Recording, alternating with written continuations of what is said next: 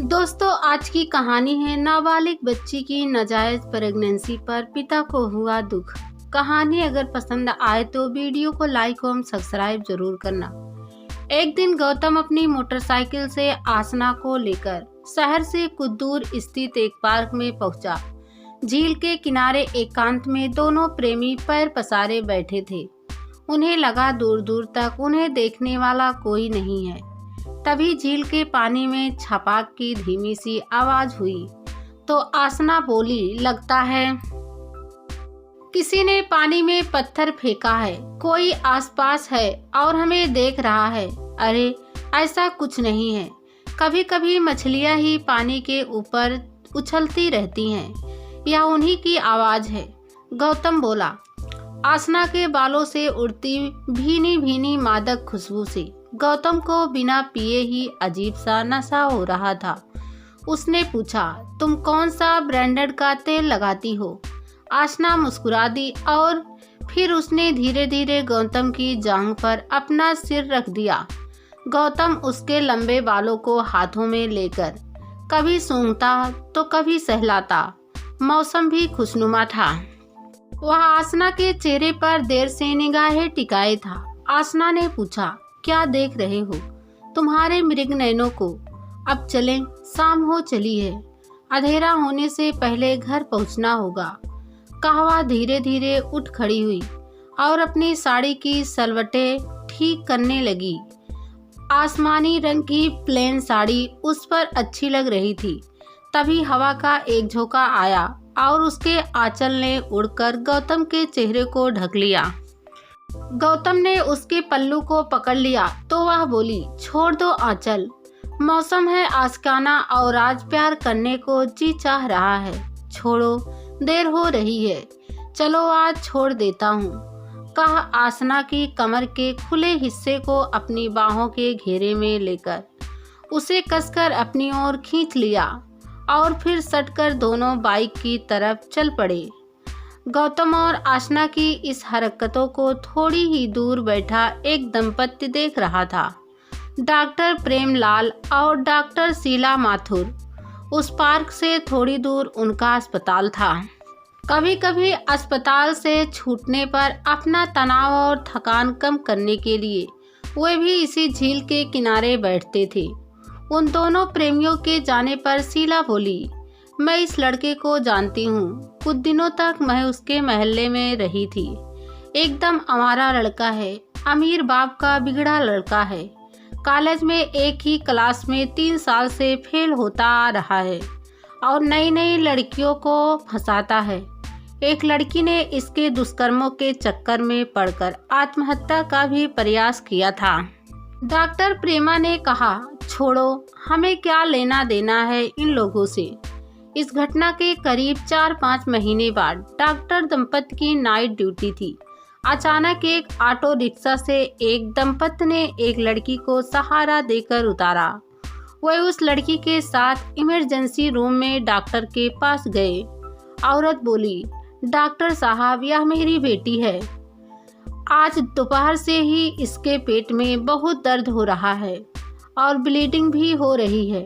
Doctor ने लड़की का ब्लड प्रेशर चेक किया और तुरंत फोन पर कहा, डॉक्टर शीला, आप तुरंत यहाँ आ जाएं। एक इमरजेंसी केस है। 2 मिनट के अंदर ही स्त्री रोग विशेषज्ञ शीला वहाँ आ गई। उन्होंने रोगी को बेड पर लिटाकर पर्दा लगा दिया। कुछ देर बाद मैं बोली, इसे तो बहुत ज़्यादा ब्लीडिंग हो रही है, फौरन ऑपरेशन थिएटर में ले जाना होगा। मुझे लगता है ऑपरेशन करना होगा। ऑपरेशन का नाम सुनकर उस लड़की के माता पिता घबरा उठे। पिता ने पूछा, डॉक्टर साहिबा, खतरे की कोई बात तो नहीं है? अभी कुछ कहा नहीं जा सकता। आप लोग ओटी के बाहर इंतजार करें। कहा वह अपने पति डॉक्टर प्रेम के साथ ऑपरेशन थिएटर में गई। थोड़ी देर बाद एक नर्स ने बाहर आकर पूछा, इस लड़की के गार्जियन आप लोग हैं? उसके पिता उठकर बोले, हाँ, मैं उसका पिता हूँ। नर्स ने एक पेपर देते हुए कहा, आप जल्दी से इस पर साइन कर दे। लड़की का ऑपरेशन करना है, अभी तुरंत।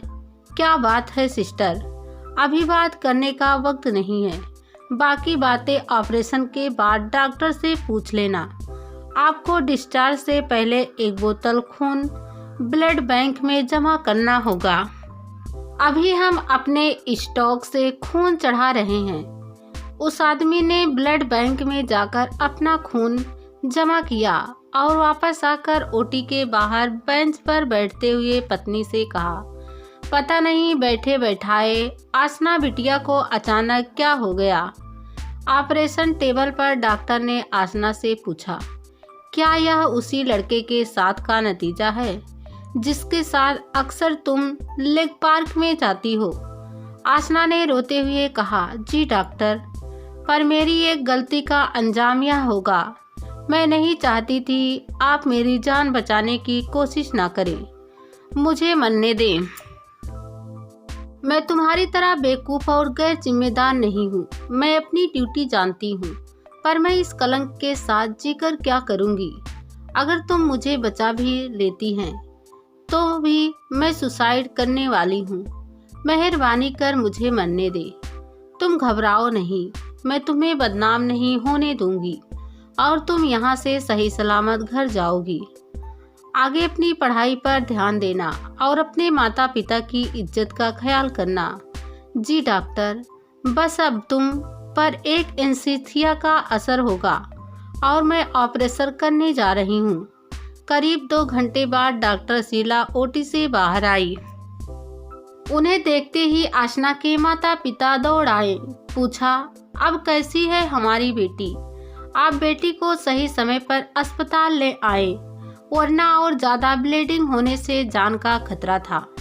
आपकी बेटी का ऑपरेशन सफल रहा और खतरे की कोई बात नहीं है, पर उसे हुआ क्या है? आसना के पिता ने पूछा। आप मेरे साथ मेरे कैबिन में आए। दोनों माता पिता डॉक्टर के कैबिन में गए तो डॉक्टर शीला ने पेशेंट के पिता से पूछा, आपने फाइल में बेटी की उम्र 17 साल लिखी है, यानी वह नाबालिग है। माफ करना, आसना गर्भवती थी। पर यह कैसे संभव है? यह तो आपकी बेटी ही बता सकती है। उसका एक फर्टिलाइज्ड एग गर्भाशय तक नहीं पहुंच सका और फ्लोपियन ट्यूब में ही ठहर गया था। जब गर्भ बड़ा हो गया तो उसकी नली फट गई और ब्लीडिंग होने लगी। उस नली को हमने काट कर निकाल दिया है। अब चिंता की कोई बात नहीं है। आसना के माता पिता ने आश्चर्य से डॉक्टर की तरफ देखा और फिर शर्म से सिर झुका लिया। आसना को 1 सप्ताह बाद डिस्चार्ज होना था। डॉक्टर शीला की सहायक ने पूछा, डिस्चार्ज फाइल में क्या लिखे मैम? आपने कहा था डिस्चार्ज फाइल तैयार करते समय आपसे पूछने को। पेशेंट को देने वाली डिस्चार्ज स्लिप पर तुम पूरा सच लिखना और हॉस्पिटल की फाइल में लिखना, दाहिनी साइड की फ्लोपियन ट्यूब फट गई थी जिसे ऑपरेशन कर निकाल दिया गया है। आगे एक नोट लिख देना कि डिटेल्स रिपोर्ट ऑफ सर्जरी गायनोलॉजिस्टिक फाइल में है और यह डिटेल पेपर्स की फाइल मुझे दे देना। साथ ही यह बात बस हमारे बीच ही रहे। तुम भी एक औरत हो, समझ सकती हो। शीला के पति डॉक्टर प्रेम भी तब तक वहां आ गए थे। उन्होंने कहा, शीला, यह तुम क्या कर रही हो? हॉस्पिटल फाइल में ही ऑपरेशन नोट्स रखने दो। तुम्हें ऐसा नहीं करना चाहिए। पेशेंट के प्रति हमदर्दी का यह मतलब नहीं है कि तुम अस्पताल के नियम तोड़ दो। तरीके से तो आप सही कह रहे हैं, पर इस नाबालिग बच्ची की नाजायज प्रेगनेंसी की खबर और लोगों के बीच फैल सकती है, जिससे लड़की की बदनामी होगी।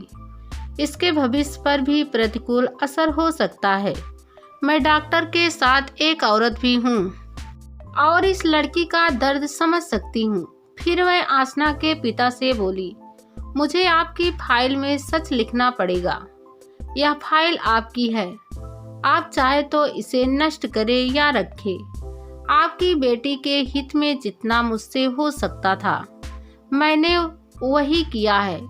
माँ ने पूछा, आसना भविष्य में माँ बन सकती है या नहीं? हाँ, बन सकती है। उसकी एक फलोपियन ट्यूब बिल्कुल सही सलामत है, पर इसके ऑपरेशन का दाग तो पेट पर रह जाएगा। शादी के बाद कहीं पति को कोई शक की संभावना तो नहीं रहेगी। मैंने लैप्रोस्कोपिक विधि से ऑपरेशन किया है। बहुत ही छोटा सा जीरा लगाया है। उसके पेट पर कोई बड़ा निशान नहीं रहेगा। जो है वह भी जल्दी भर जाएगा। आसना की शादी में अभी काफी समय बाकी है। मैंने उससे बात की है। वह अपनी भूल पर शर्मिंदा है और बता रही थी कि अब वह पढ़ाई पर सीरियस होगी और एमए करने के बाद ही शादी करेगी। आसना जब डिस्चार्ज होकर घर आई तो उसने माँ से कहा, अब मैं किसी को मुंह दिखाने लायक नहीं रही। जी कर क्या करूँगी। खबरदार जो ऐसी बेवकूफ़ी की बातें दिमाग में लाई, इसे एक हादसा समझकर भूल जाओ। आगे किसी से इसकी चर्चा भी नहीं करना, पति से भी नहीं। मन लगाकर पढ़ो लिखो, हम तुम्हारी शादी धूमधाम से करेंगे। फिर माँ ने अपने पति से कहा, आप बस आसना से इस बारे में कुछ ना कहेंगे। मैंने उससे बात की है। वह अपनी भूल पर बहुत शर्मिंदा है। वह पूरा ध्यान पढ़ाई पर लगाएगी। भला हो उस लेडी डॉक्टर का जिसने हमारी इज्जत बचाने में कोई कसर नहीं छोड़ी। इस घटना के 7 साल बाद आसना फिर डॉक्टर शीला के अस्पताल में आई। इस बार वह शादीशुदा थी और अपने पति के साथ थी। वह गर्भवती थी और चेकअप के लिए आई थी। शीला ने उसके पति को बाहर इंतजार करने के लिए कहा और आसना को अंदर बुलाया। डॉक्टर शीला ने आसना से पूछा, तुम्हारे पेट का दाग लगभग मिट गया है। अभी कौन सा महीना चल रहा है? 5वां महीना चल रहा है मैम। चेक करने के बाद डॉक्टर शीला बोली, बच्चा एकदम ठीक है। बस अपने खान पान पर ध्यान देना और थोड़ी एक्टिव रहने की कोशिश करना। इससे नेचुरल परसों में आसानी होगी। कंप्लीट रेस्ट की कोई ज़रूरत नहीं है।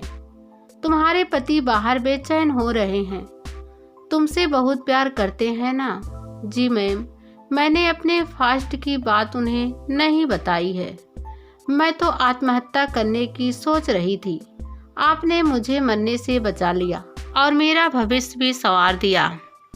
आपके आभार के लिए मेरे पास शब्द नहीं है। और उसकी आंखें भर आई। यह गुड न्यूज़ जल्दी से अपने पति को दो, डॉक्टर शीला बोली। आसना कैबिन से बाहर निकली तो उसकी आंखें अभी तक गली थी। उसके पति ने पूछा, क्या बात है आसना, सब ठीक है ना? तुम्हारे आंखें गीली क्यों हैं? ये खुशी के आंसू हैं। जच्चा बच्चा दोनों ठीक हैं। मिठाई खिलाना ना भूलना आसना, डॉक्टर शीला ने कहा। आसना और उसके पति दोनों ने हंसकर डॉक्टर को थैंक्स कहा।